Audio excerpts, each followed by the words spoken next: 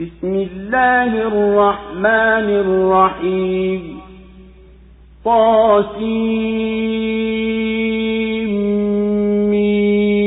طاسيم تلك آيات الكتاب المبين نتلو عليك بالنبأ موسى وفرعون بالحق لقوم يؤمنون إن فرعون علا في الأرض وجعل أهلها شيعا يستضعف طائفة منهم يذبح أبناءهم ويستحيي نساءهم إنه كان من المفسدين ونريد أن نمن على الذين استضعفوا في الأرض ونجعلهم أئمة ونجعلهم الوارثين ونمكن لهم في الأرض ونري فرعون وهامان وجنودهما منهم ما كانوا يحذرون وأوحينا إلى أم موسى أن أرضعيه فإذا خفت عليه فألقيه في اليم ولا تخافي ولا تحزني إنا رادوه إليك وجاعلوه من المرسلين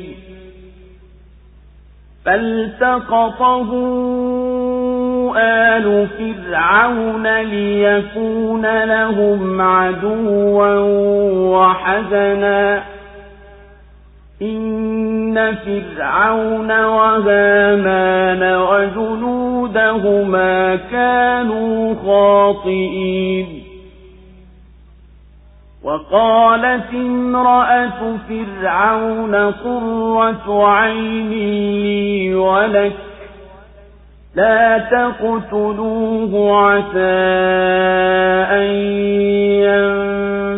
ينفعنا أو نتخذه ولدا وهم لا يشعرون وأصبح فؤاد أم موسى فارغا إن كادت لتبدي به لولا أن ربطنا على قلبها لتكون من المؤمنين وقالت لأخته قصيه فبصرت به عن جنب وهم لا يشعرون وحرمنا عليه المراضع من قبل فقالت هل أدلكم على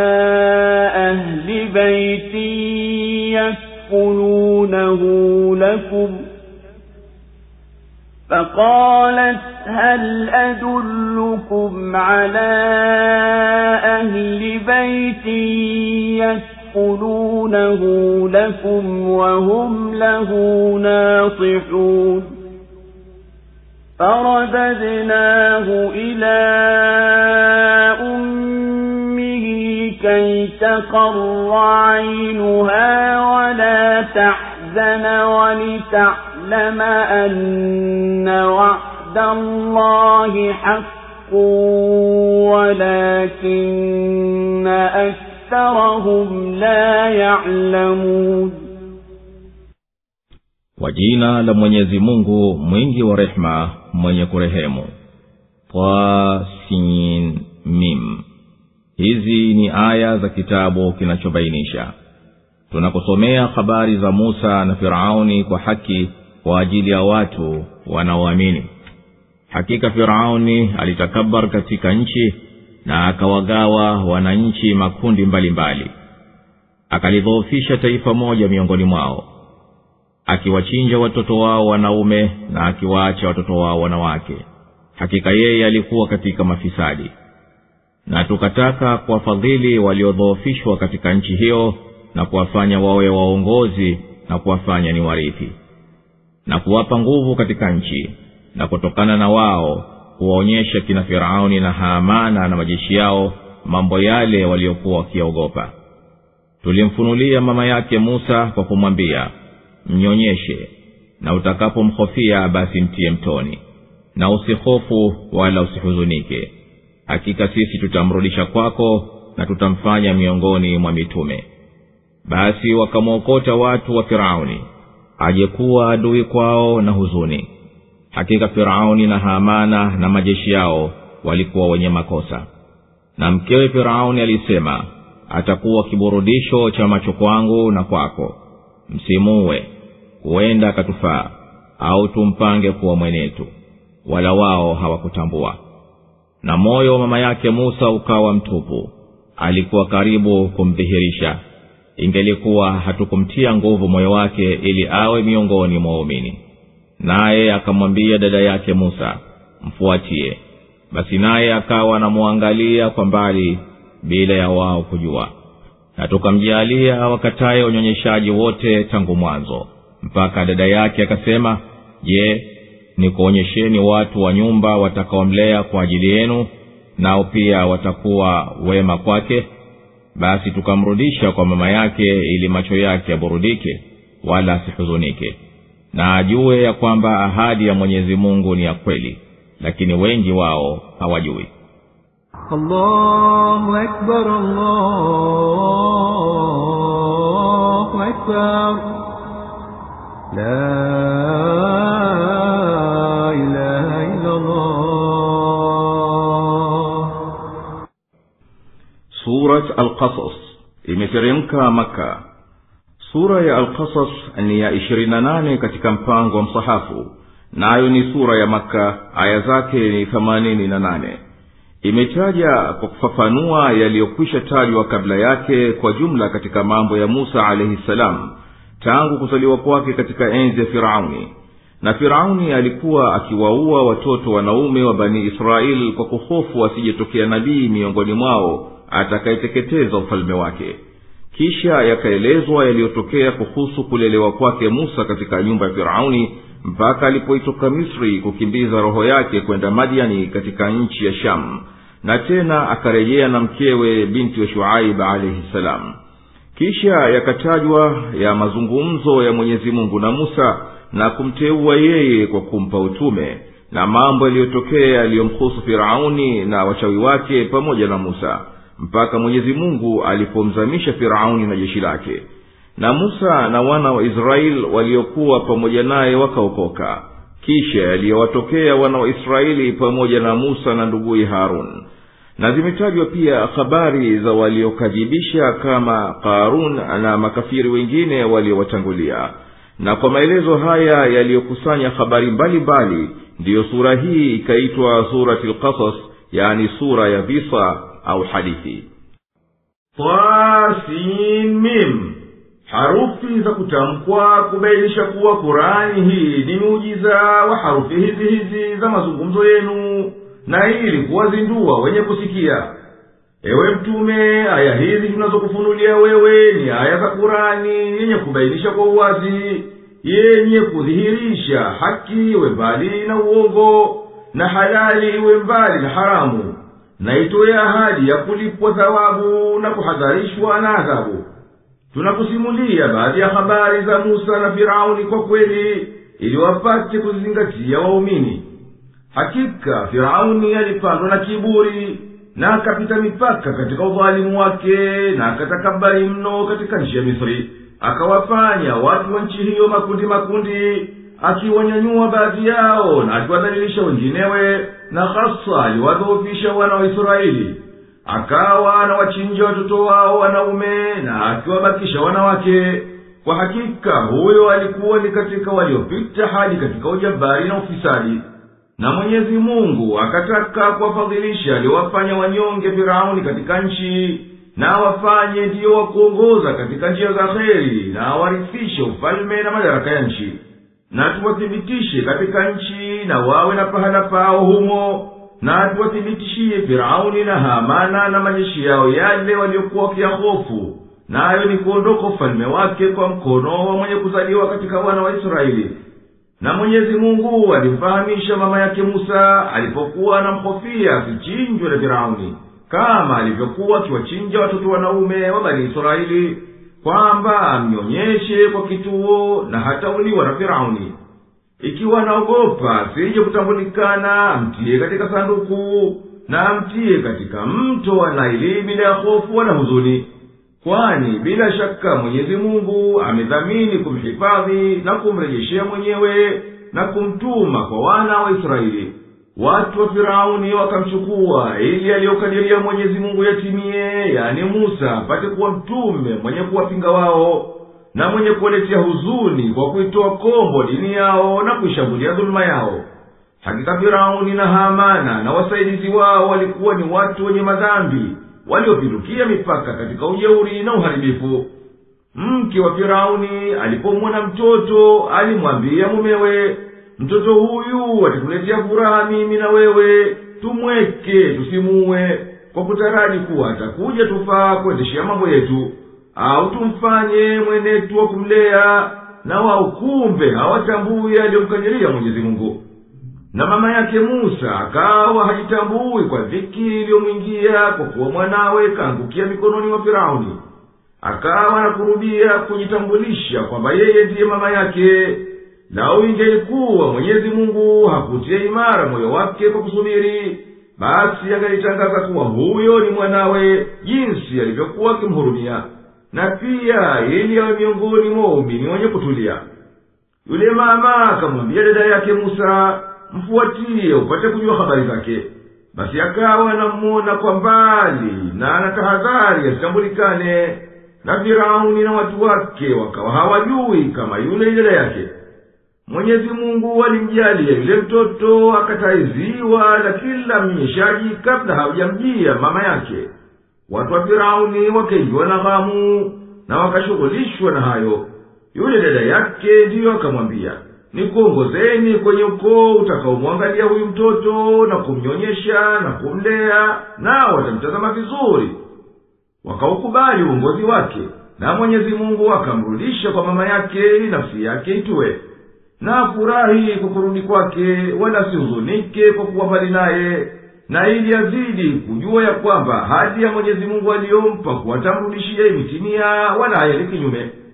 Lakini watu wengi walikuwa hawajui kurudi Musa kwa mama yake, kwani hayo yote yalifichikana kwao. وَلَمَّا بَلَغَ أَشُدَّهُ وَاسْتَوَى آتَيْنَاهُ حُكْمًا وَعِلْمًا وَكَذَلِكَ نَجْزِي الْمُحْسِنِينَ. ودخل المدينة على حين غفلة من أهلها فوجد فيها رجلين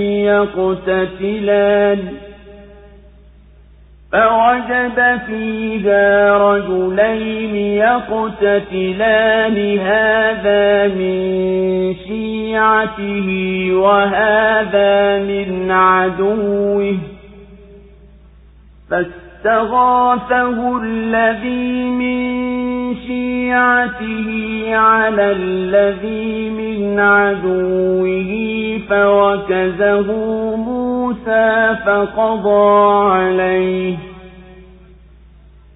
قال هذا من عمل الشيطان إنه عدو مضل مبين.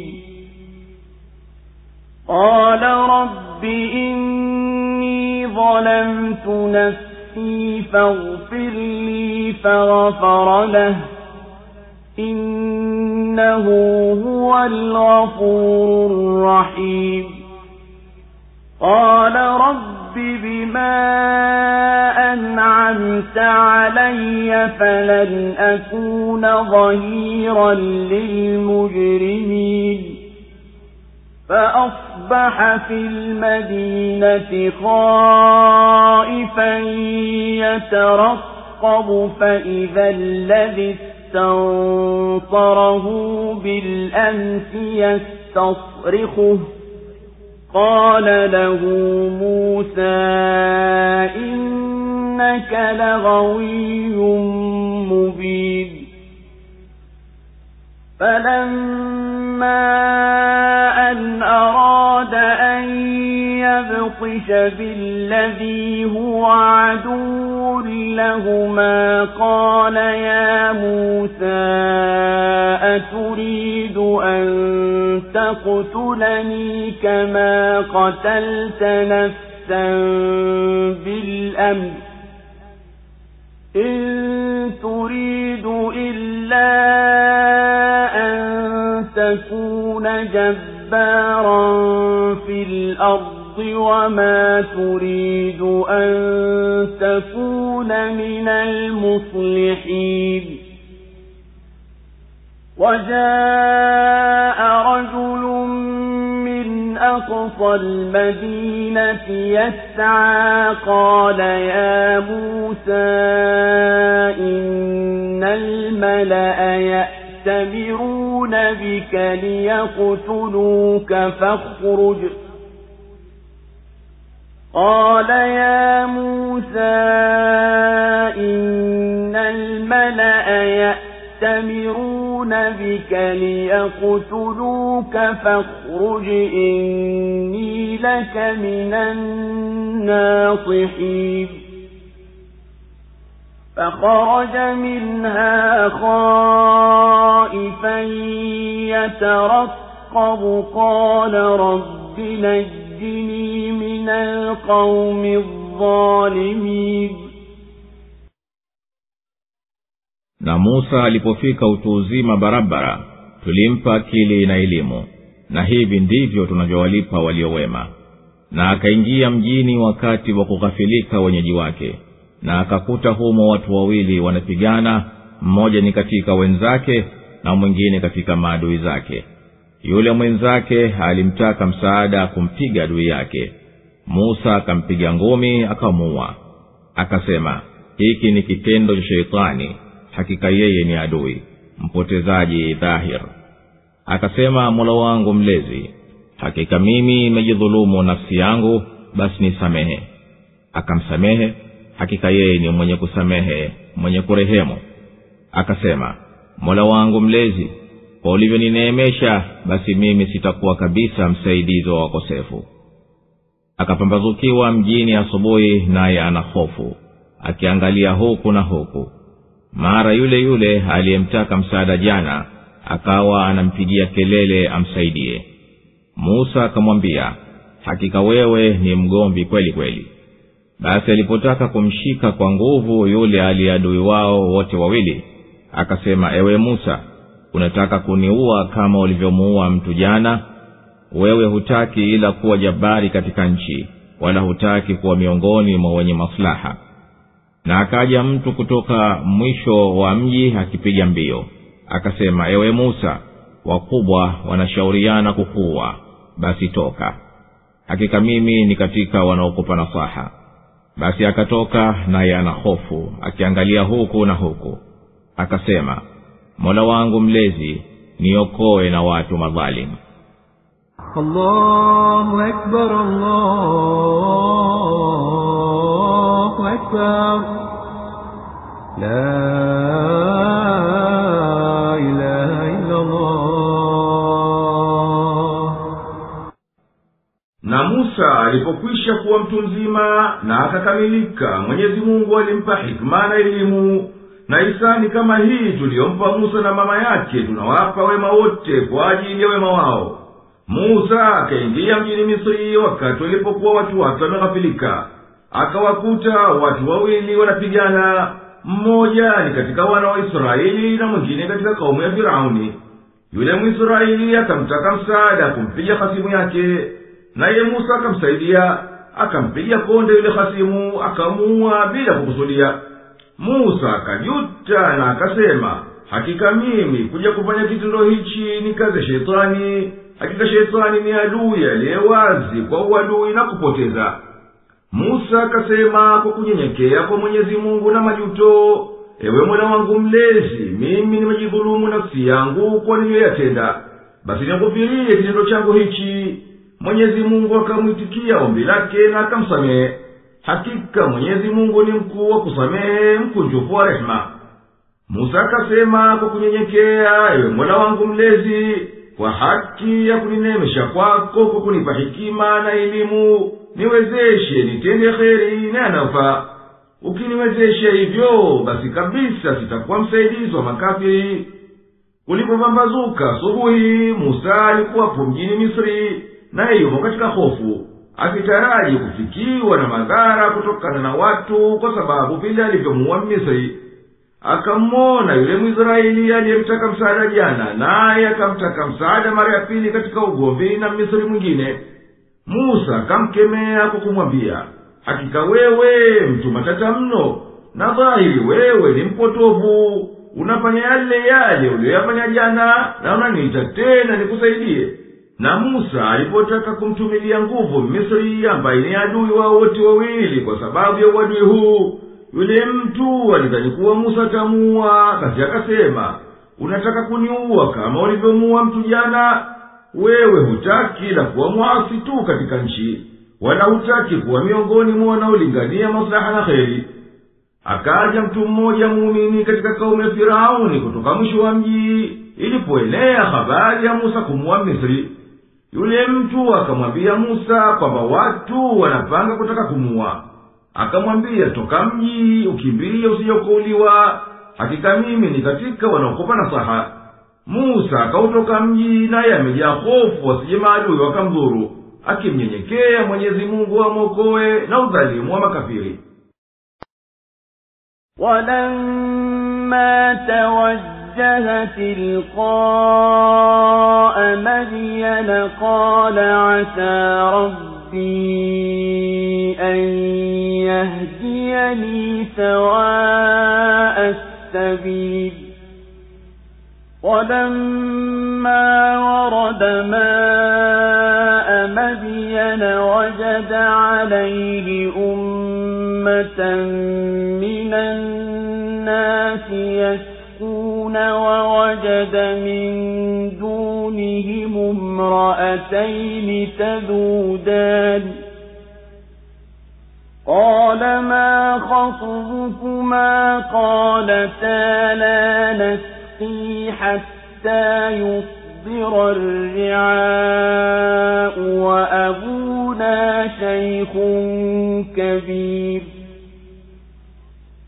فَسَقَىٰ لَهُمَا ثُمَّ تَوَلَّىٰ إِلَى الظِّلِّ فَقَالَ رَبِّ إِنِّي لِمَا أَنزَلْتَ إِلَيَّ مِنْ خَيْرٍ فَقِيرٌ. فَجَاءَتْهُ إِحْدَاهُمَا تَمْشِي عَلَى اسْتِحْيَاءٍ قَالَتْ إِنَّ أَبِي يَدْعُوكَ لِيَجْزِيَكَ أَجْرَ مَا سَقَيْتَ لَنَا.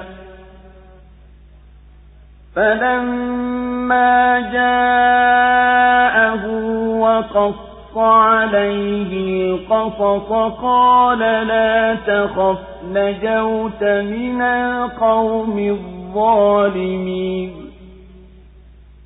قَالَتْ إِحْدَاهُمَا يَا أَبَتِ اسْتَأْجِرْهُ إِنَّ خَيْرَ مَنِ اسْتَأْجَرْتَ الْقَوِيُّ الْأَمِينُ. قَالَ إِنِّي أُرِيدُ أَنْ أُنكِحَكَ إحدى ابْنَتَيَّ هَاتَيْنِ عَلَىٰ أَن تَأْجُرَنِي أجرني 8 حجج فإن أتممت 10 فمن عندك وما أريد أن أشق عليك ستجدني إن شاء الله من الصالحين قال ذلك بيني وبينك أيما الأجلين قضيت فلا عدوان علي والله على ما نقول وكيل. Na alipoelekea upande wa Madiana alisema, asa Mola wangu mlezi akaniongoa njia iliyo sawa. Na alipoyafikia maji ya Madiana alikuta umati wa watu wananywesha, na akakuta karibu yao wanawake wawili wanawazuia wanyama wao. Akasema, mna nini? Wakasema, hatunyweshi sisi mpaka wamalize hao wachunga, na baba yetu ni mzee sana. Basi Musa akawameshea, kisha akarudi kivulini, na akasema, Mola wangu mlezi, hakika mimi ni mhitaji wa kheri utakaoniteremshia. Basi mmoja katika wale wanawake wawili akamjia, naye anaona haya. Akasema, baba yangu anakuita akulipe ujira wa kutunyweshea. Basi alipomjia na akamsimulia visa vyake alisema, usiogope, umekwisha ukoka kwenye watu madhalimu. Akasema mmoja katika wale wanawake, ewe baba yetu, muajiri huyu, hakika mbora wa kumwajiri ni mwenye nguvu na mwaminifu. Akasema, mimi nataka kukuoza mmojawapo katika binti zangu hawa wawili kwa kunitumikia miaka 8. Ukitimiza 10 khiari yako, lakini mimi sitaki kukutaabisha. Inshallah utanikuta miongoni mwa watu wema. Musa akasema, hayo yamekwisha kuwa baina yangu na wewe. Muda mmojawapo nikiumaliza sitiwe ubayani, na Mwenyezi Mungu ni mlinzi juu ya haya tunayoyasema. Allahu Akbar, Allahu Akbar, la ilaha illa Allah. Alipoelekea Madiana akijisha Shuaibu, kwa kuwa huko iko amani, alimwomba Mwenyezi Mungu kwa unyenyekevu amuongoe njia ya kheri na ya kuokoka. Alipoyafika maji ya Madiana wanaponyoshea maji, alikuta karibu na kisima kundi la watu wengi mbalimbali wanaonywesha wanyama wao wa mifugo. Na pahala pa chini kuliko hapo pao akawakuta wanawake wawili wanawazuia kunywa maji kondoo na mbuzi wao. Musa akawaambia, mbona mko mbali na maji? Wakajibu, hatuwezi kusukumana na wala hatunyweshi sisi mpaka hawa wachunga wamalize wao kunywesha, na baba yetu ni mkongwe, hawezi kuchunga wala kunywesha wanyama. Musa akajitolea kuwahudumia, akawanyweshea. Kisha akenda kuegemea mti akipumzika baada ya kuhangaika kule, naye akisema kwa unyenyekevu, ewe Mola wangu mlezi, hakika mimi ni mwenye haja ya kheri yoyote na riziki yoyote utayoniletea. Mmoja wa wale mabinti akaja na ujumbe kutoka baba yake baada ya kushajua habari za Musa na wao wale mabinti. Naye akaja na huku anaona haya, akasema, baba yangu anakuita ili akulipe ujira kwa ulivyotunyweshea maji. Basi alipokwenda kwake na akamsimulia kisa chake cha kutoka Misri, akasema yule mzazi wa mabinti, usihofu, umekwisha ukoka kwa hao watu madhalimu, kwani Firauni hana madaraka juu yetu. Mmoja wa wale mabinti alisema, ewe baba yangu, mchukue umpe kazi ya kuchunga kondoo na mbuzi na kuwasimamia kwa haja zao. Hakika huyu ni mbora wa kumwajiri kwa sababu ya nguvu zake na uaminifu wake. Shuaibu alayhi salam akamwambia, mimi nataka kukuoza mmoja wa hawa mabinti zangu kwa mahari ya kunifanyia kazi muda wa miaka 8. Ukitimiza 10 itakuwa ni hiari yako, wala mimi sitaki kukulazimisha huu muda mrefu, na inshallah Mwenyezi Mungu akipenda utaniona mimi ni katika watu wema wenye kwenda nawe kwa ihsani na kutimiza ahadi. Musa akasema, hayo mliahidi ni sawa sawa baina yangu na wewe. Muda wowote katika huo nitakapofanyia kazi itakuwa nimekutimizia ahadi yako, wala mimi sitaki zaidi kuliko hayo, na Mwenyezi Mungu ni shahidi kwa tunayoyasema. فلما قضى موسى الأجل وسار بأهله آنس من جانب الطور نارا قال لأهلهم كثوا إني آنست نارا لعلي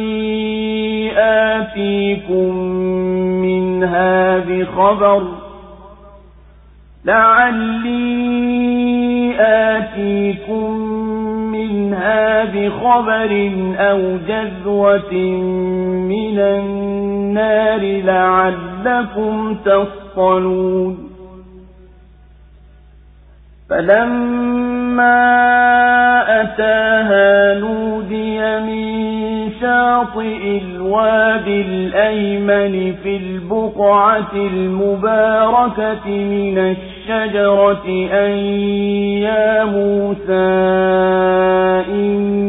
إني أنا الله رب العالمين وأن ألق عصاك فلما رآها تهتز كأنها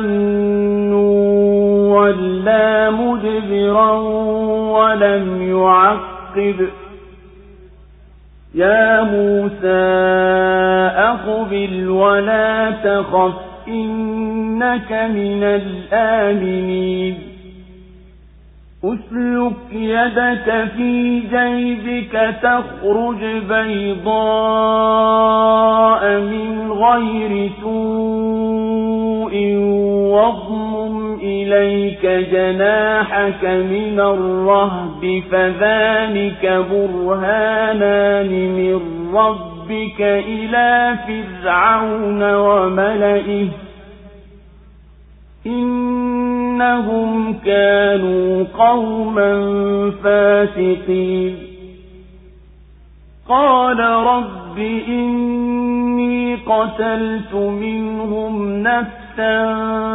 فأخاف أن يقتلون وأخي هارون هو أفصح مني لسانا فأرسله معي يرد أن يصدقني إني أخاف أن يكذبون قال سنشد عضدك بأخيك ونجعل لكما سلطانا فلا يصلون إليكما بآياتنا أنتما ومن اتبعكما الغالبون فلما جاءهم موسى بآياتنا بينات قالوا ما هذا إلا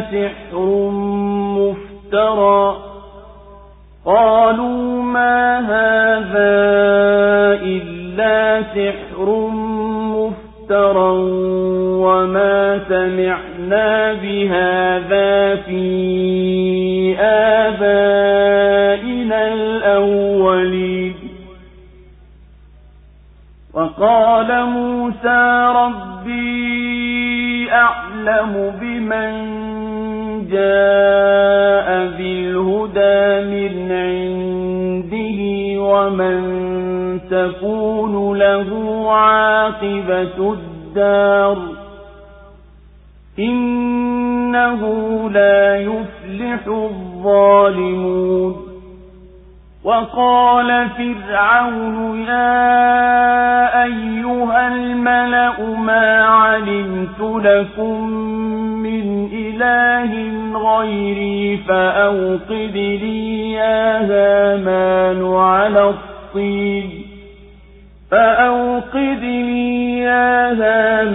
على الطين فاجعل لي صرحا لعلي أطلع إلى إله موسى وإني لأظنه من الكاذبين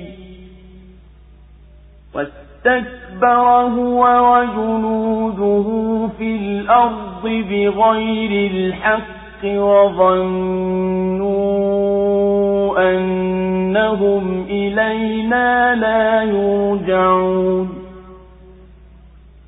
فأخذناه وجنوده فنبذناهم في اليم فانظر كيف كان عاقبة الظالمين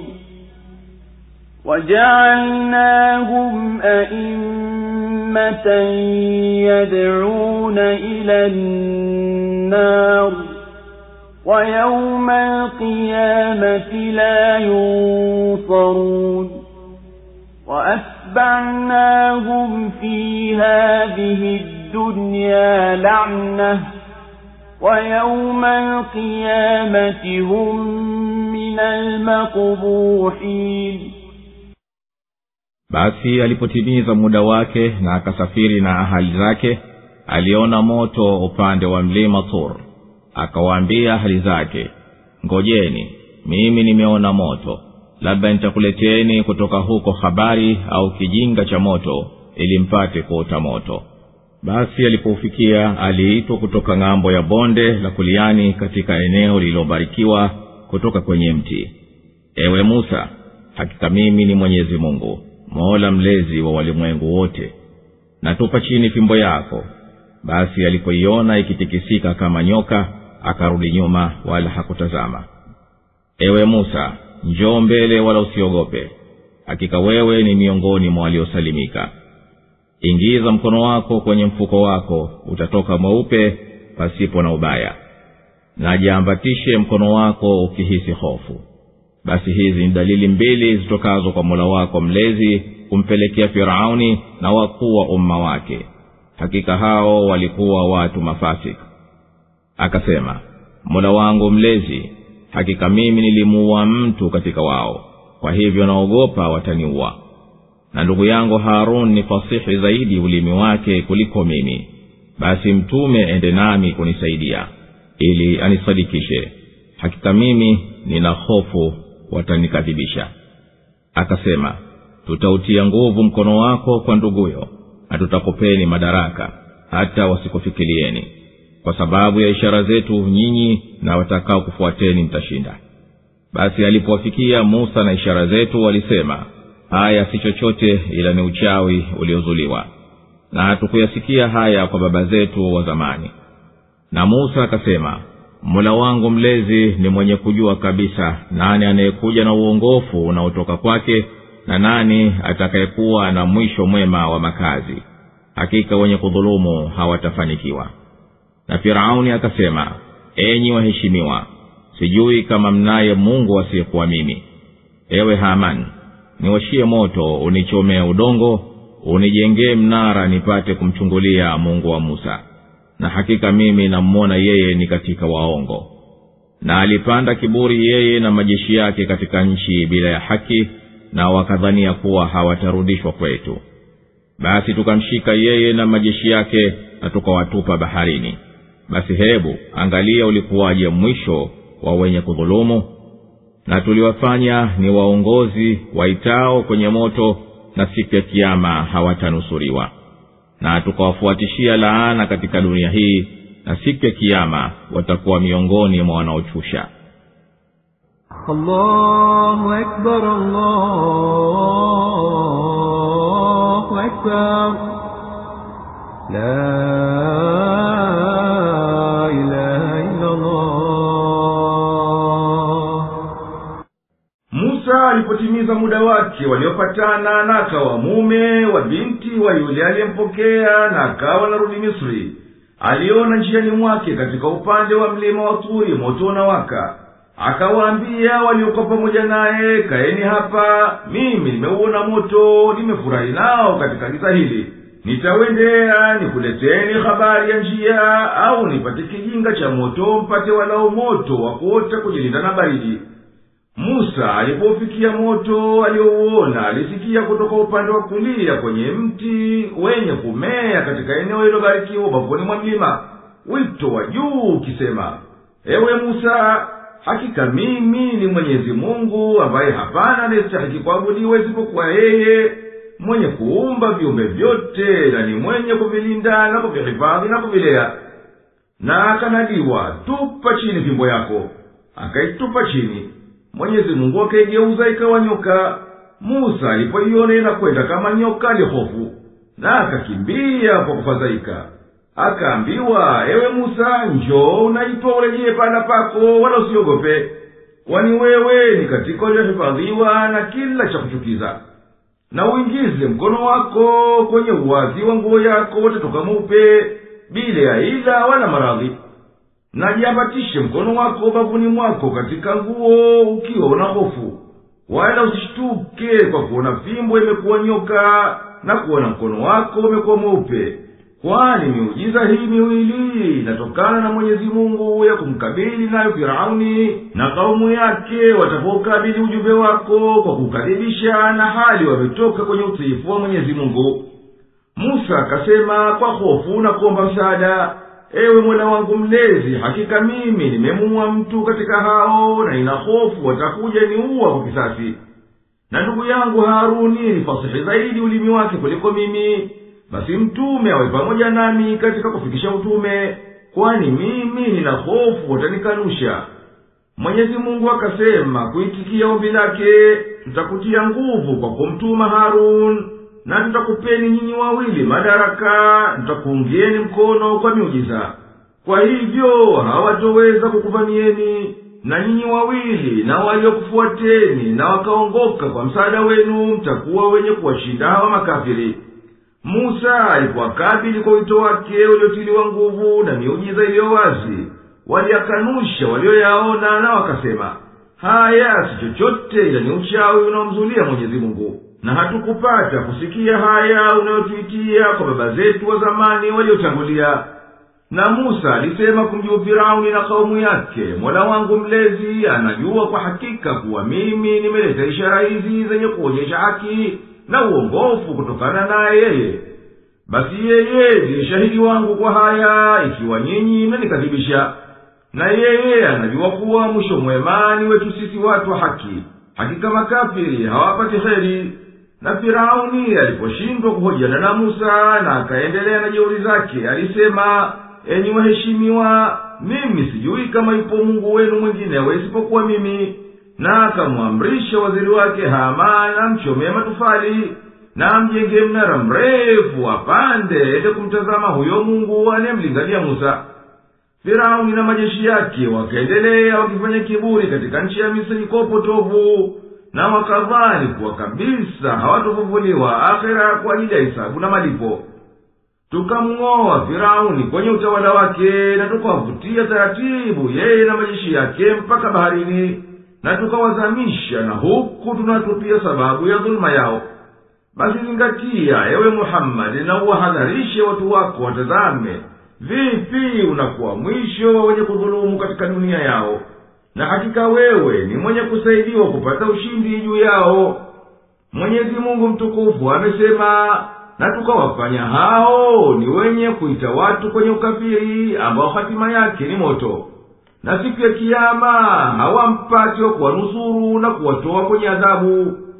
Na tukawafanya katika dunia hii wenye kupata laana, yaani wenye kutolewa wasipate rehema yetu, na siku ya kiyama watakuwa miongoni mwa walioangamizwa. Na yaliyosimuliwa katika aya mbili hizi juu yao ni dalili ya ghadhabu ya Mwenyezi Mungu. وَلَقَدْ آتَيْنَا مُوسَى الْكِتَابَ مِنْ بَعْدِ مَا أَهْلَكْنَا الْقُرُونَ الْأُولَى بَصَائِرَ لِلنَّاسِ بصائر للناس وهدى ورحمة لعلهم يتذكرون وما كنت بجانب الغربي إذ قضينا إلى موسى الأمر وما كنت من الشاهدين ولكننا أنشأنا قرونا فتطاول عليهم العمر وما كنت ثاويا في أهل مدين تتلو عليهم آياتنا ولكننا كنا مرسلين وما كنت بجانب الطور إذ نادينا ولكن رحمة من ربك لتنذر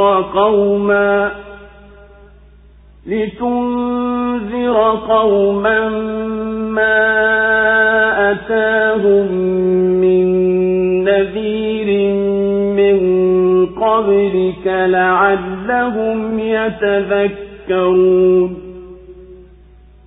ولولا أن تصيبهم مصيبة بما قدمت أيديهم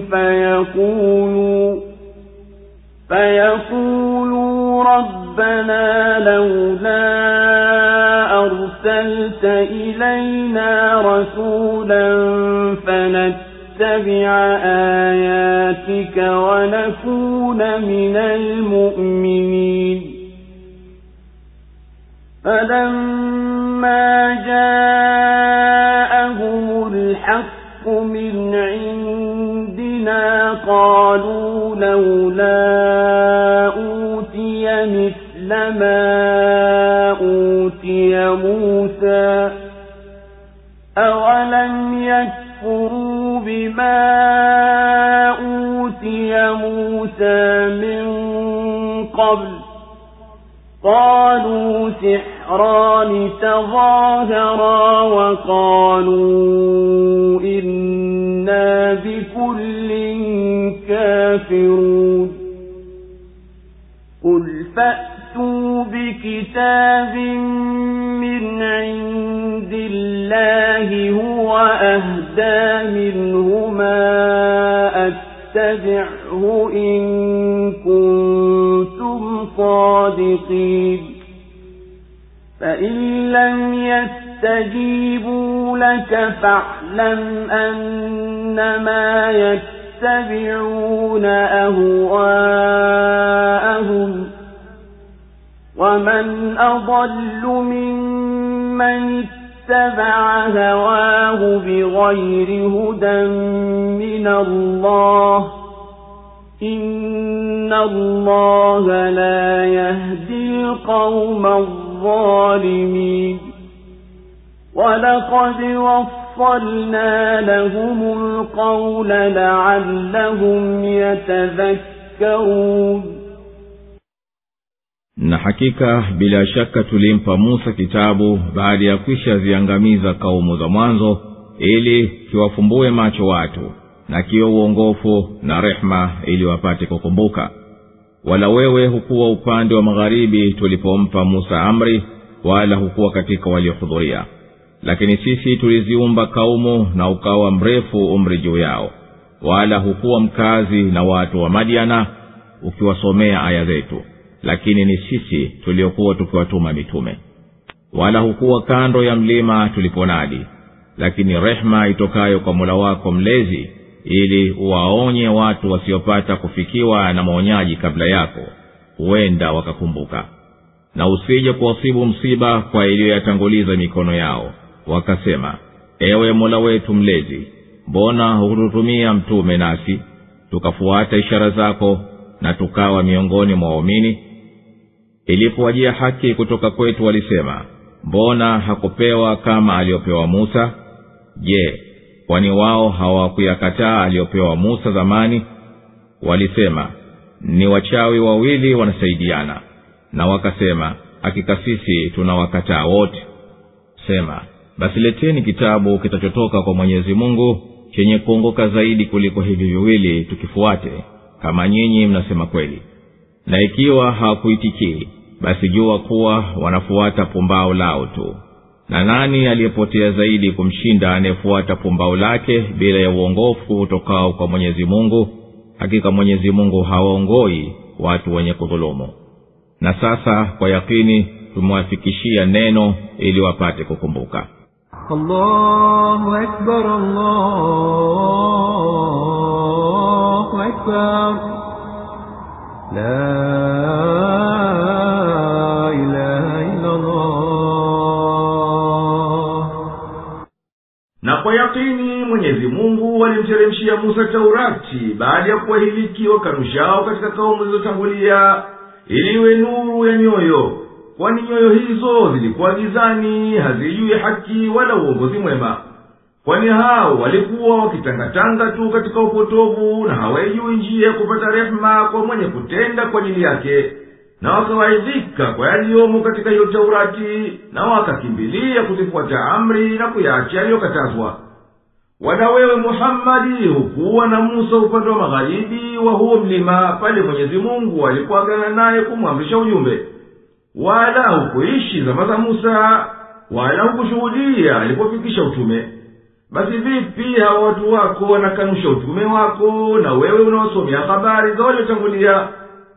Na lakini sisi tumeziumba kaumu nyingi katika vizazi vilivyopitiwa na zama ndefu, hata wakasahau maagano yalichukuliwa kwao.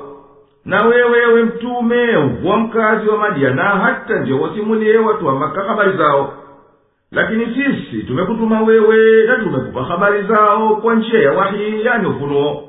Wala wewe mtume hukuwepo hapo kando ya mlima pale Mwenyezi Mungu alipomwita Musa na akamteua kumpa utume wake.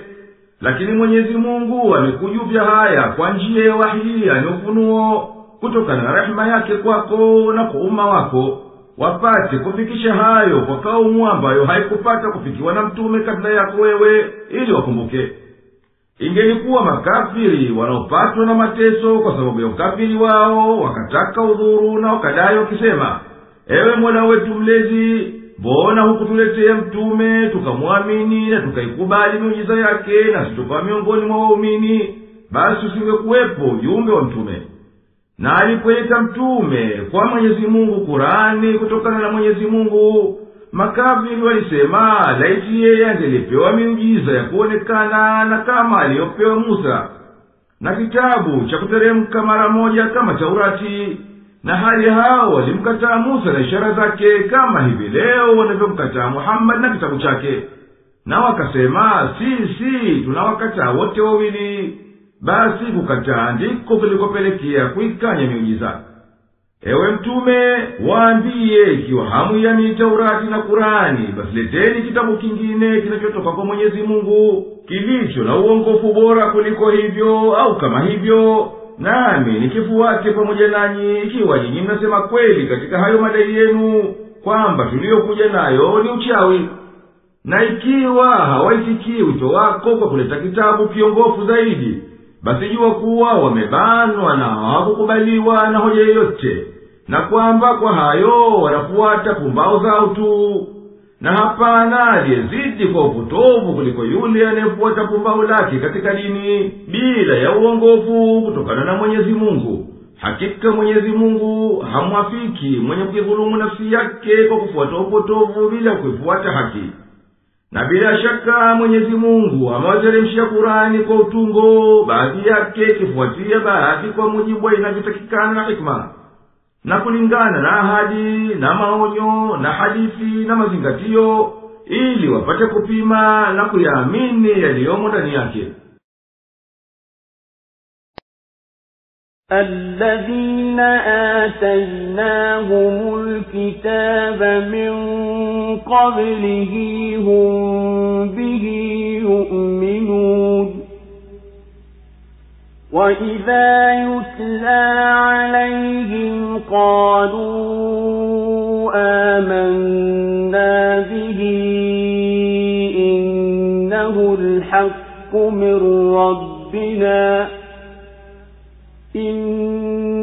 الحق من ربنا إنا كنا من قبله مسلمين أولئك يؤتون أجرهم مرتين بما صبروا ويدرؤون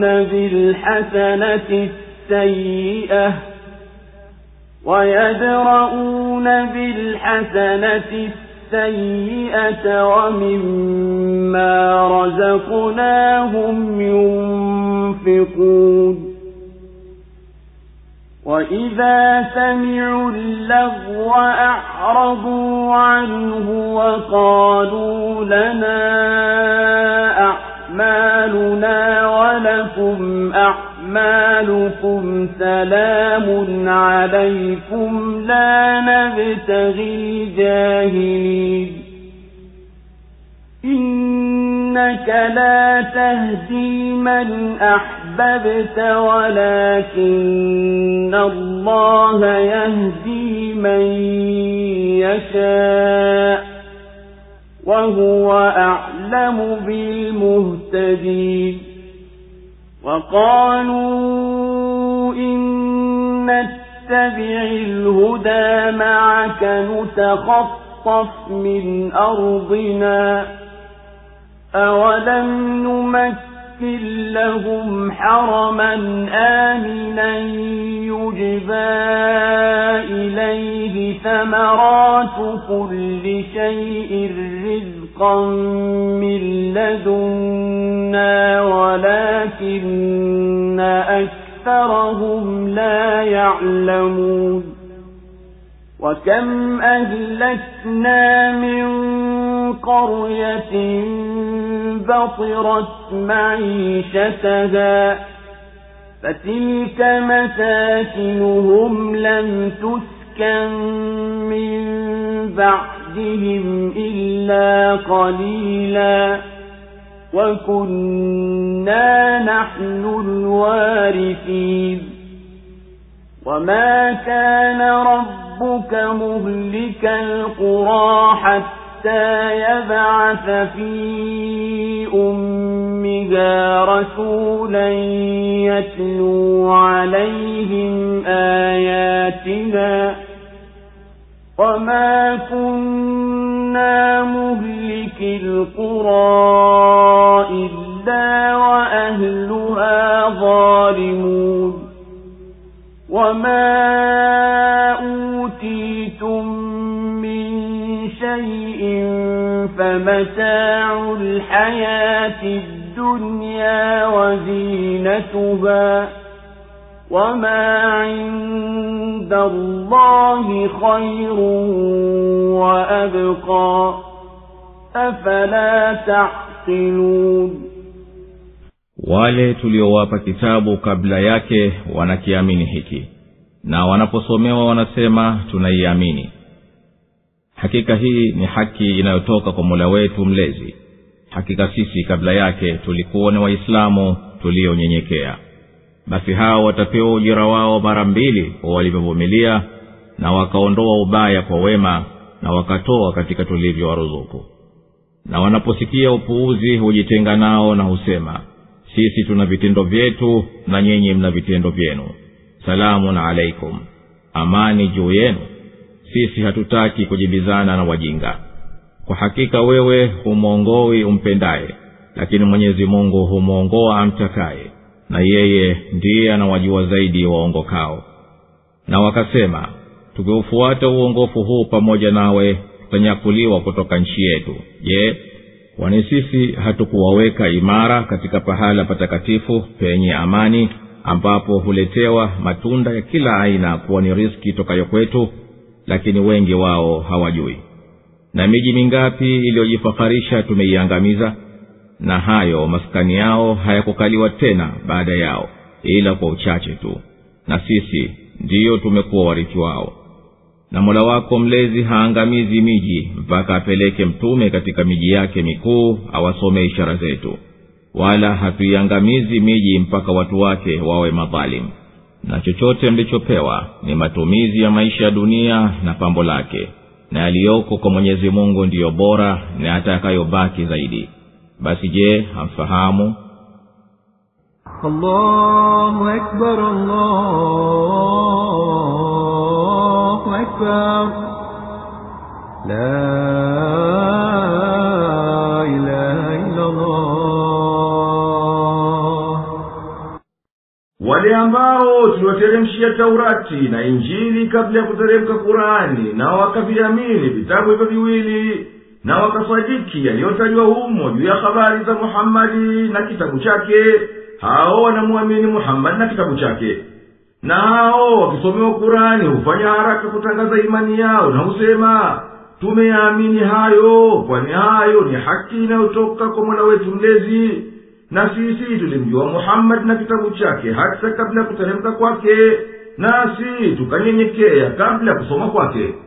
Hao ambao waliamini Qur'ani na yaliyoteremshwa kabla yake watapewa malipo yao maradufu kwa ajili ya kuvumilia kwa mateso yaliyowapata kwa ajili ya imani, na wakahiari vitendo vyema, na wakayakabili maovu kwa kusamehe na ihsani, na wakatoa katika njia ya kheri kutokana na mali aliyowapa Mwenyezi Mungu.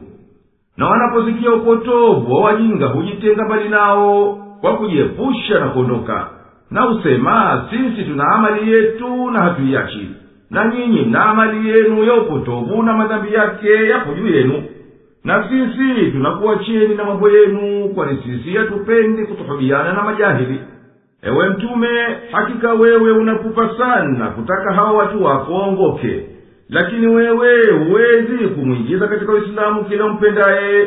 Lakini Mwenyezi Mungu humwongoa kwendea imani yule anayemjua kuwa ameelekea uongofu na maufiyari, na yeye ndiye mwenye kujua, wala hapana ajuaye zaidi kuliko yeye. Nani atakayeingia katika safu za wenye kuongoka? Na washirikina wa Makka walimwambia Mtume sallallahu alaihi wasallama kwa kujitolea udhuru kwa kubakia kwao katika dini yao, tukikufuata wewe katika dini yako, Waarabu watatutoa katika nchi yetu na watatushinda katika utawala wetu. Na hakika wao ni waongo katika kutoa udhuru wao huo, kwani Mwenyezi Mungu alikuwa akawaweka imara na madhubuti katika nchi yao, na akaifanya nchi takatifu yenye amani, hawashambuliwi wala hawauawi, na hali wao ni makafiri. Na wanaletewa matunda na kheri nyingine za aina nyingi ambazo Mwenyezi Mungu anawaletea kutoka kila upande.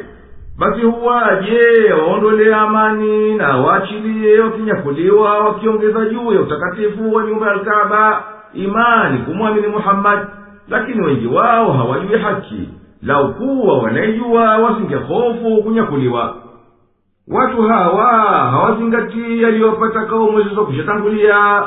Iliangamizwa miji ya walioghurika na neema za Mwenyezi Mungu, na kisha wakazikanusha na wakamkanusha Mwenyezi Mungu. Na haya majumba yao yamekuwa matupu, magofu, hayafai kukaliwa ila nadhara tu kwa wapita njia, na yamebaki hayana mwenye kuyamiliki baada yao ila Mwenyezi Mungu mwenye utukufu na ukarimu. Na haikuwa katika hikma ya Mwenyezi Mungu mtukufu na ndiye Mola wako mlezi aliyekuumba na kukuteua kuiangamiza miji mikubwa ila baada ya kuwapeleka watu wake mtume mwenye miujiza iliyowazi wasome kitabu kilichoteremshwa na wabainishie sharia, na kisha wawe hawaamini. Wala sisi hatuangamizi miji mikubwa ila wakiwa watu wake wanaendelea na udhalimu na uadui.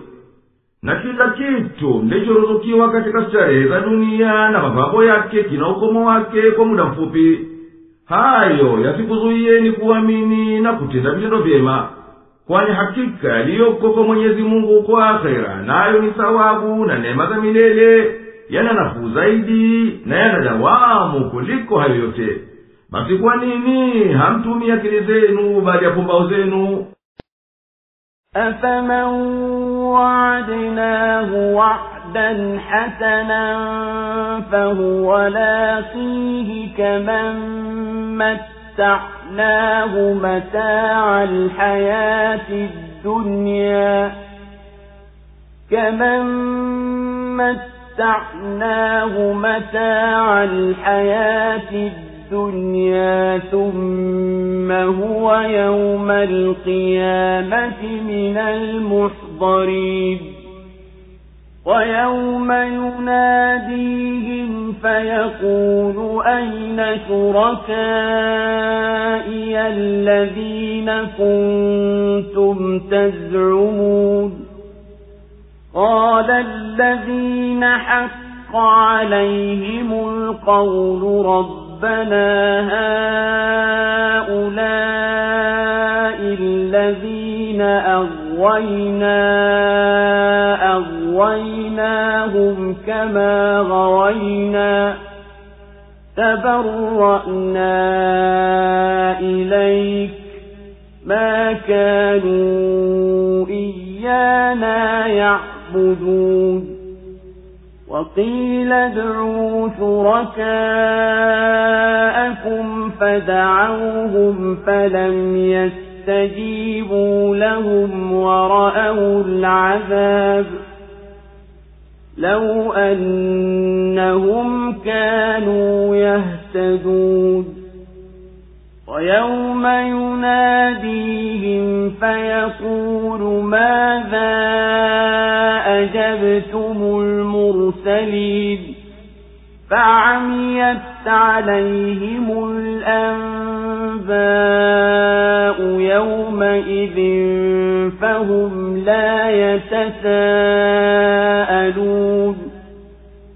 فأما من تاب وآمن وعمل صالحا فعسى أن يكون من المفلحين وربك يخلق ما يشاء ويختار ما كان لهم الخيرة سبحان الله وتعالى عما يشركون وربك يعلم ما تكن صدورهم وما يعلنون وهو الله لا إله إلا هو له الحمد في الأولى والآخرة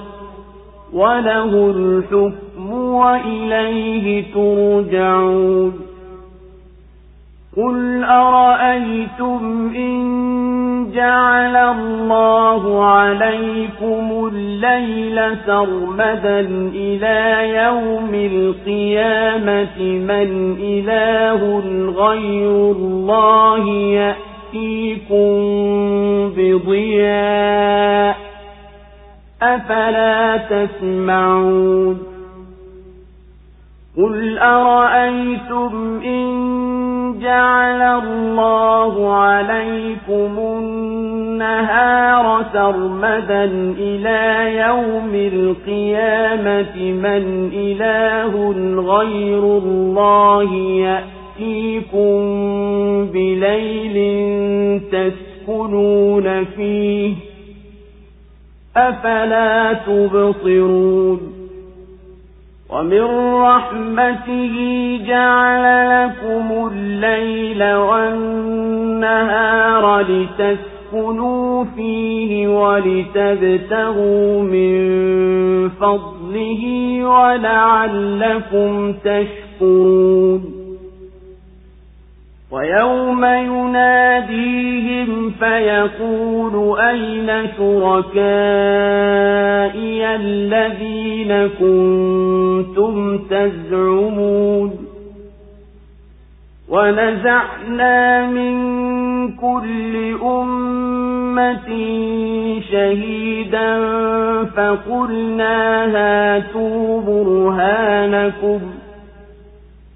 فقلنا هاتوا برهانكم فعلموا أن الحق الحق لله وضل عنهم ما كانوا يفترون.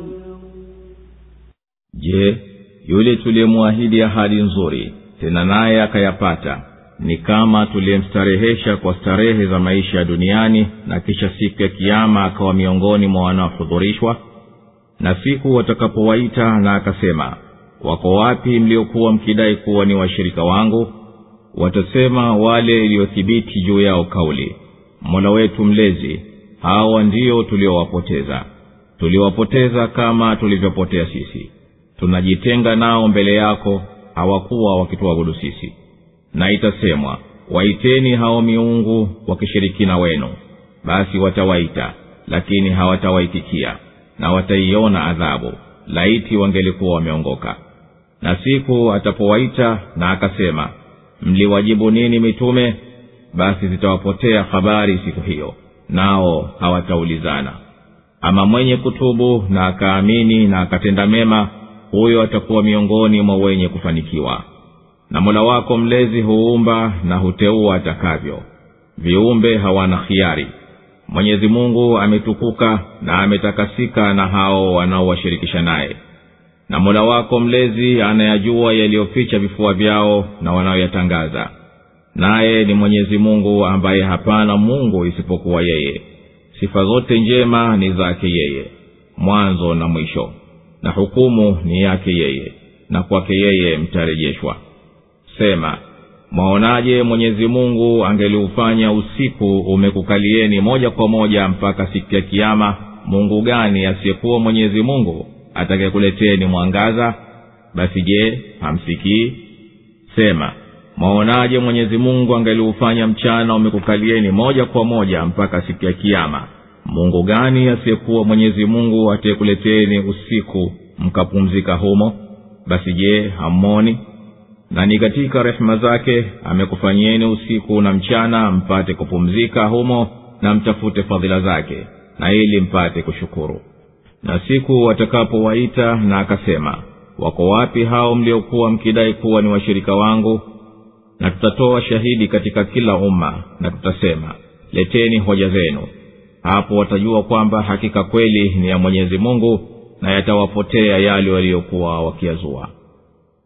Allahu Akbar, Allahu Akbar, la ilaha illa Allah.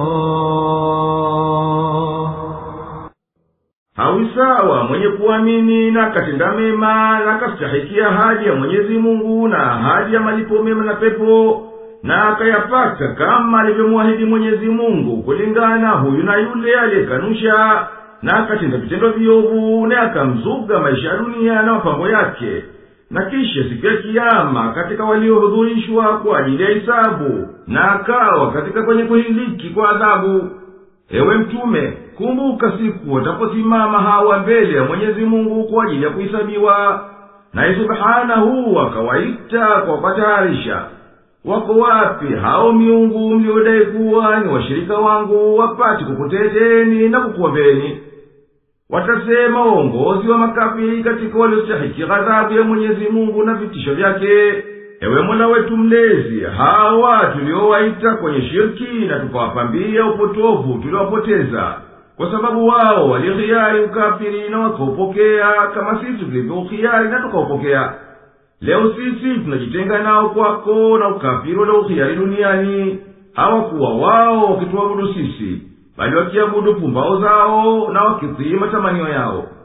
Na Mwenyezi Mungu kuwaamrisha makafiri ni kwa kuwatahayarisha tu, kwa vile kuwataka wawaite wale miungu ya ushirikina waokowe na adhabu yake, kama walivyodai.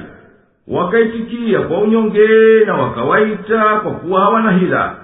Wasipate jawabu yoyote, wakaiona adhabu walioahidiwa iko mbele yao, na wakatamani lau kuwa katika dunia yao wangelikuwa waumini waliongoka jinsi adhabu iliwafikia.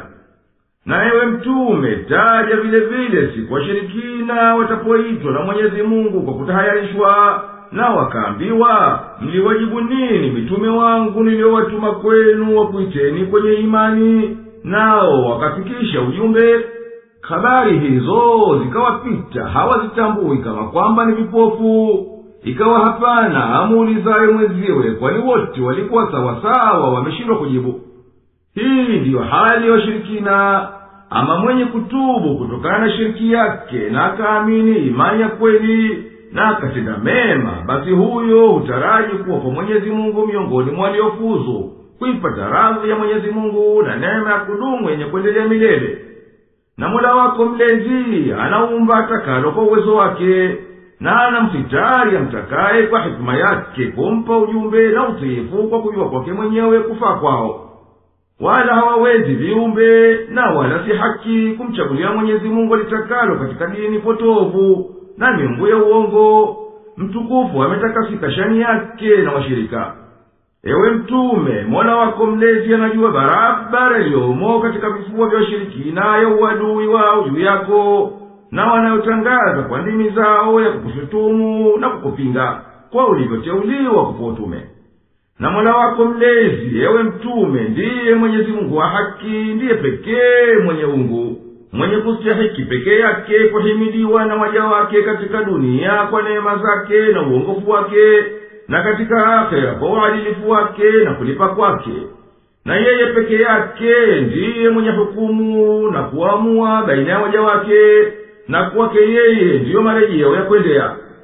Ewe Mtume, sema enyi watu, niambieni, Mwenyezi Mungu akikufanyieni usiku uendelee mfululizo bila ya mchana mpaka siku ya Kiyama, je, na yeyote asiyekuwa Mwenyezi Mungu akukuleteni mchana wenye mwangaza mkaweza kushughulikia maisha yenu na kuendesha mambo yenu ya dunia? Hamna hayo nyinyi. Basi kwa nini hamsikii kwa sikio la kuwaza na kuzingatia? Ewe Mtume, waambie watu, Mwenyezi Mungu akikujalieni mchana mfululizo bila usiku mpaka siku ya Kiyama, yupo asiyekuwa Mwenyezi Mungu kukuleteni usiku mkapata kupumzika na kazi za mchana? Hamna hayo nyinyi. Basi kwa nini hamzioni ishara za Mwenyezi Mungu mkaamini na mkaongoka? Na miongoni mwa rehema za Mwenyezi Mungu kwa viumbe vyake ni kuwa akawaombia usiku na mchana inayofuatana, ili wapate kupumzika usiku na washughulikie kutafuta riziki zao na manufaa yao mengine wakati wa mchana, na watambue fadhila za Mwenyezi Mungu juu yao wapate kumshukuru. Sema, mwaonaje, Mwenyezi Mungu angeufanya usiku umekukalieni moja kwa moja, Mungu gani asiyekuwa Mwenyezi Mungu atakayeleteni mwangaza? Basi je, hamsikii? Sema, mwaonaje, Mwenyezi Mungu angeliufanya mchana umekukalieni moja kwa moja mpaka siku ya Kiyama, Mungu gani asiyekuwa Mwenyezi Mungu atakayeleteni usiku mkapumzika humo? Basi je, hamoni? Na ni katika rehema zake anakufanyeni usiku na mchana mpate kupumzika humo na mtafute fadhila zake, na ili mpate kushukuru. Hapana shaka kuwa kuumbwa kwa dunia kwa namna yake ilivyo sasa na ilivyowekwa kwa mnasaba wa jua na kuzunguka kwake wenyewe kwa wenyewe kila siku na kulizunguka jua kila mwaka, hapana shaka kwamba haya yanaonyesha dhahiri uwezo wa Mwenyezi Mungu na upoke wake. Na aya tukufu inawazindua watu watambua ukweli ambao yapasa wauelewe, nao ni kwamba yeye mtukufu lau kuwa aliumba dunia iwe na usiku wa milele au iwe na mchana wa milele, basi hapanapo Mungu mwingine anayeweza kuwaneemesha watu kwa mchana na usiku wa kufuatana kama hivi.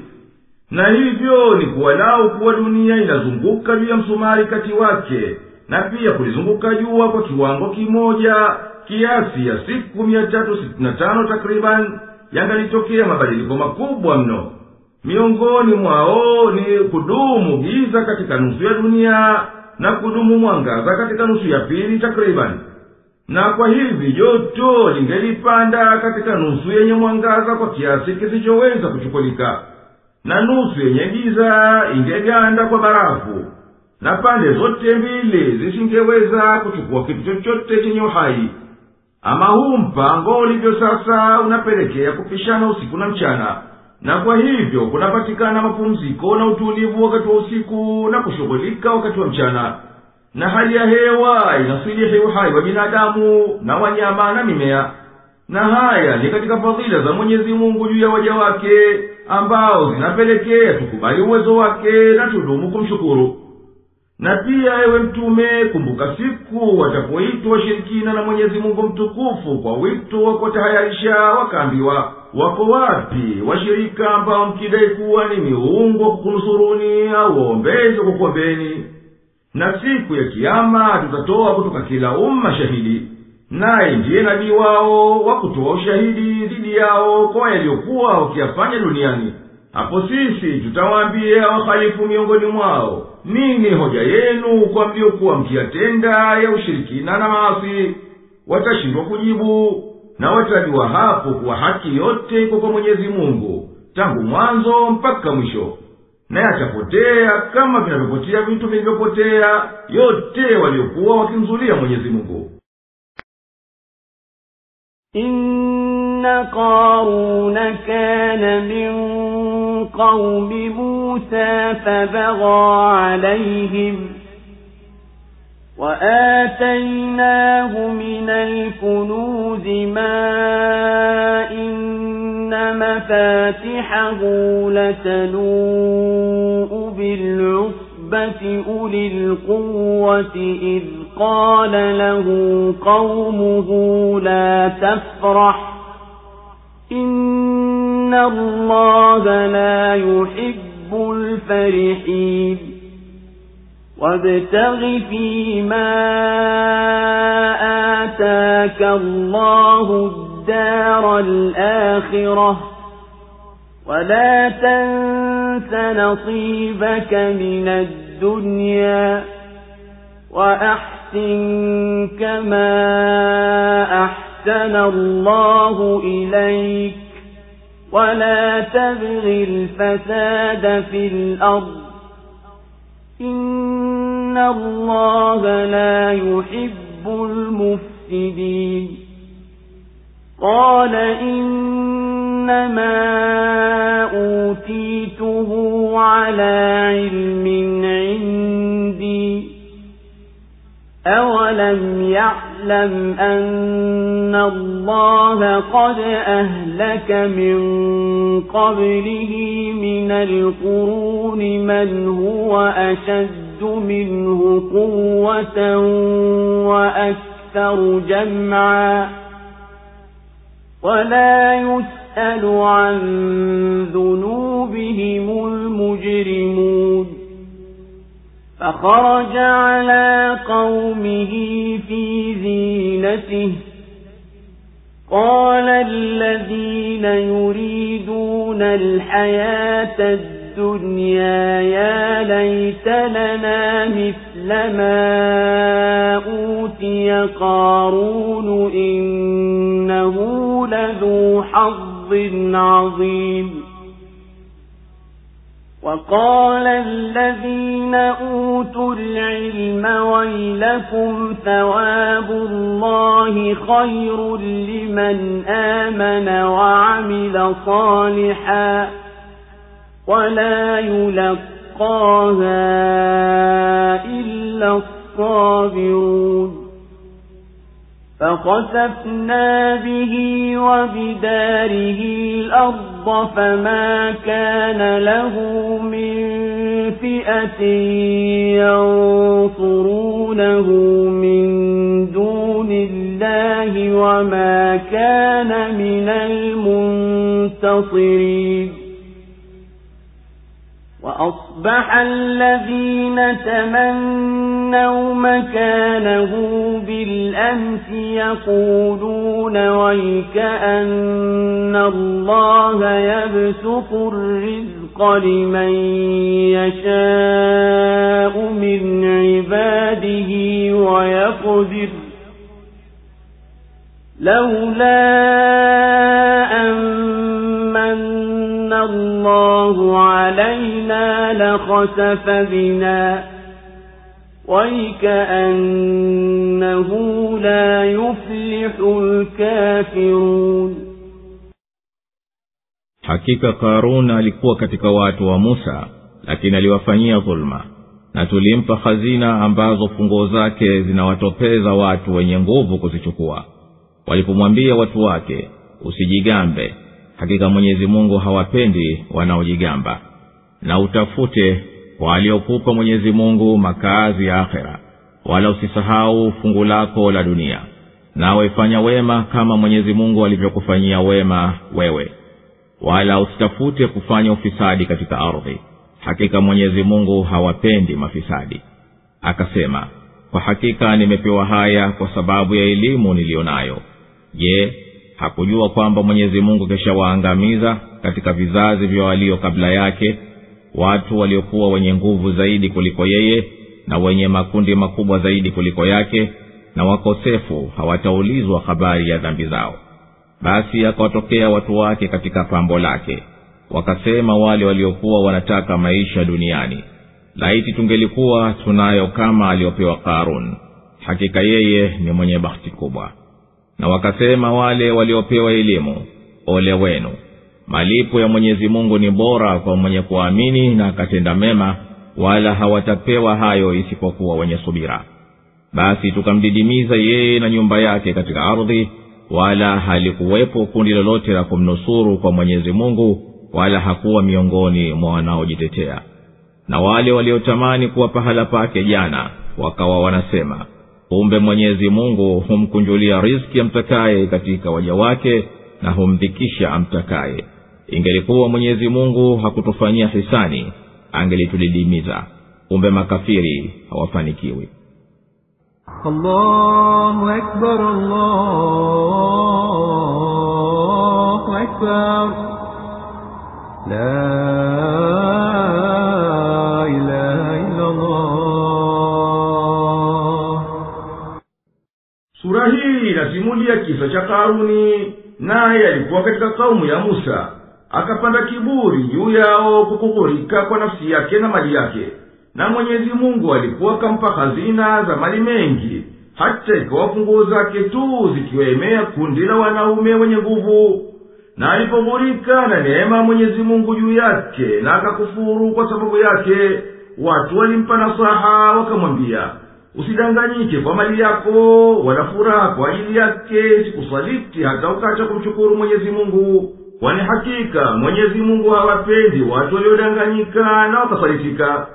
Na funzo la kisa hichi ni kuwa makafiri waliomkataa Muhammad sallallahu alaihi wasallama walioghurika na mali yao. Basi Qur'ani inawaelezea kuwa mali yao si chochote cha kutajika ukilinganisha na mali ya Karuni. Na katika utajiri na neema alizokupa Mwenyezi Mungu, toa fungu kwa ajili ya njia ya Mwenyezi Mungu, na tenda amali kwa ajili ya makazi ya akhera. Na wala usinyime nafsi yako fungu lake kwa matumizi ya halali katika dunia. Na wafanyie wema waja wa Mwenyezi Mungu kama vile alivyokufanyia wema wewe kwa neema zake. Wala usifanye uharibifu katika ardhi ukapita mipaka ya Mwenyezi Mungu. Hakika Mwenyezi Mungu subhanahu hawafurahi mafisadi kwa vitendo vyao viovu. Basi Karuni hakusikia nasaha ya watu wake, na akasahau fadhila Mwenyezi Mungu iliyo juu yake, na akajifanya hajui kwamba Mwenyezi Mungu alikwisha waangamiza wengi waliomzidi yeye sana katika uwezo na mazoezi ya kuchuma mali kwa njia mbalimbali za uchumi. Na wakosefu hawaulizwi madhambi yao, kwani Mwenyezi Mungu mtukufu anayajua.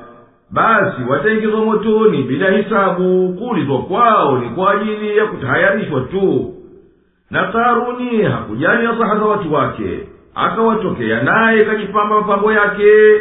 Wakadanganyika naye wale waliokuwa wanapenda starehe za maisha ya dunia, na wakatamani nao wangelikuwa nayo mali na hadhi kubwa ya maisha kama aliyopewa Karuni. Ama wale ambao Mwenyezi Mungu amewaruzuku elimu yenye manufaa hawakusalitika na hayo. Wakawaelekea waliodanganyika kwa kuwa nafsi wakiwaambia, msiyatamani haya wala msiache dini, kwani yaliyoko kwa Mwenyezi Mungu ya thawabu na neema ni safi zaidi kwa mwenye kuamini na akatenda mema. Na hiyo ni nasiha ya kweli ambayo hawaikubali ila wenye kuzipiga jihadi nafsi zao na wakasubiri katika utiifu. Mwenyezi Mungu akamdidimiza katika ardhi, na ardhi ikammeza yeye na nyumba yake na vyote vilivyokuwemo ndani yake, mali na mapambo yake. hakuwa na wasaidizi wa kumkinga na adhabu ya Mwenyezi Mungu, na wala yeye mwenyewe hakuweza kujinusuru nafsi yake. Na wale waliokuwa karibuni wakikitamani cheo chake cha duniani, wakawa wanatamka maneno ya masikitiko na majuto baada ya kuyafikiri yaliyomsibu yeye. Wakawa wanasema, hakika Mwenyezi Mungu humkunjulia riziki ya mtakaye katika waja wake waumini na wasiokuwa waumini, na humdhikisha amtakaye katika hao. Na wakawa wanasema kwa kushukuru, lau kuwa Mwenyezi Mungu hakutufanyia hisani kwa kutupa uongofu tukafuata imani, na akatuhifadhi tusiporonyoke, angalitutia katika mitihani kwa kutukubalia tuliyokuwa tunatamani, na akatufanyia kama alivyomfanyia Karuni. Hakika wanaoipinga neema Mwenyezi Mungu hawafanikiwi kwa kuokoka na adhabu yake. تلك الدار الآخرة نجعلها للذين لا يريدون علوا في الأرض ولا فسادا والعاقبة للمتقين من جاء بالحسنة فله خير منها ومن جاء بالسيئة فلا يجزى الذين عملوا السيئات إلا ما كانوا يعملون إن الذي فرض عليك القرآن لرادك إلى معاد قل ربي أعلم من جاء بالهدى ومن هو في ضلال مبين وما كنت ترجو أن يلقى إليك الكتاب إلا رحمة من ربك فلا تكونن ظهيرا للكافرين ولا يصدنك عن آيات الله بعد إذ أنزلت إليك وادع إلى ربك ولا تكونن من المشركين ولا تدع مع الله إلها آخر لا إله إلا هو كل شيء هالك إلا وجهه له الحكم وإليه ترجعون. hayo ndiyo makazi ya akhira tumewafanyia wale wasiotaka kujitukuza duniani wala ufisadi, na mwisho mwema ni wa wacha Mungu. Na atakayetenda wema atapata malipo bora kuliko huo wema alioutenda, na atakayetenda uovu hawalipwi watenda uovu ila waliokuwa wakiatenda. Hakika aliyekulazimisha kuifuata Qur'an hapana shaka atakurudisha pahala pa marejeo. Sema, Mola wangu mlezi ndiye anayemjua zaidi mwenye kuja na uongofu na nani aliomo katika upotofu uliodhahir. Nawe hukuwa unataraji kuletewa kitabu, lakini ni rehema tu ya Mola wako mlezi, basi usiwe msaidizi wa makafiri. Wala wasikuzuie kuzifuata aya za Mwenyezi Mungu baada ya kuteremshiwa wewe. Na lingania kwa Mola wako mlezi, wala usiwe miongoni mwa washirikina. Wala usimwombe pamoja na Mwenyezi Mungu Mungu mwinginewe. Hapana Mungu ila yeye. Kila kitu kitaangamia isipokuwa yeye. Hukumu iko kwake na kwake mtarejezwa. Allahu Akbar, Allahu Akbar, la ilaha illa Allah. Hayo ndiyo makazi ambayo umesikia habari zake we mtume, na zikakufikia sifa zake, nayo ni pepo. tumeiweka maksusi kwa ajili ya waumini watiifu wasiotaka kujipa ubora na utukufu wa kidunia, na wala hawapotoki kwende ufisadi na maasi. Na mwisho mwema ni wa wale ambao nyoyo zao zimejaa hofu ya Mwenyezi Mungu na wanatenda yanayomridhisha yeye. Mwenye kuja na wema nao ni imani na vitendo vyema atapata malipo marudufu kwa ajili yake, na mwenye kuja na uovu nao ni ukafiri na maasi halipwi na mfano wa vitendo vyake viovu. Hakika Mwenyezi Mungu aliyekuteremshia Qur'ani na akakulazimisha uifikishe kwa watu na ushikane nayo, hapana shaka atakurudisha kwenye miadi nako ni siku ya Kiyama, ili yapambanue baina yako na wale wanaokukadhibisha. Ewe Mtume, waambie makafiri, Mola wangu mlezi ndiye anayejua kwa ujuzi usiopikuliwa na yeyote nani aliyempa uongofu na uongozi, na nani alitumbukia katika upotovu unaotambulikana na kila mwenye akili nzima. Ewe Mtume, wewe hukuwa wewe ukitaraji na ukingojea uteremshiwe hii Qur'ani, lakini Mwenyezi Mungu amekuteremshia kutoka kwake kwa kukurehemu wewe na umma wako. Basi kumbuke neema hii na shikilia kuifikisha, wala usiwe wewe na wanaokufuata kwa wasaidizi wa makafiri kwa wanayoyataka. Wala makafiri wasikuachishe kuzifikisha aya za Mwenyezi Mungu na kuzitenda baada ya kushuteremka wahi, yani ufunuo kutoka kwa Mwenyezi Mungu, na ukawa ndiyo ujumbe wako. Na shikilia wito kuwaitia watu kwenye dini ya Mwenyezi Mungu, wala usiwe wewe wala wanaokufuata katika wasaidizi wa washirikina kwa kuwasaidia kwa yatakayo. Wala usimwabudu Mungu yoyote isipokuwa Mwenyezi Mungu tu, kwani hapana kabisa Mungu wa kuabudiwa kwa haki isipokuwa yeye. Kila kitu isipokuwa Mwenyezi Mungu kitaangamia na kwisha. Wakudumu milele ni yeye Mwenyezi Mungu, ambaye ndiye mwenye hukumu ya kutekeleza duniani na akhera. Na kwake yeye ndiyo yako marejeo ya viumbe vyote, hapana hivi wala hivi.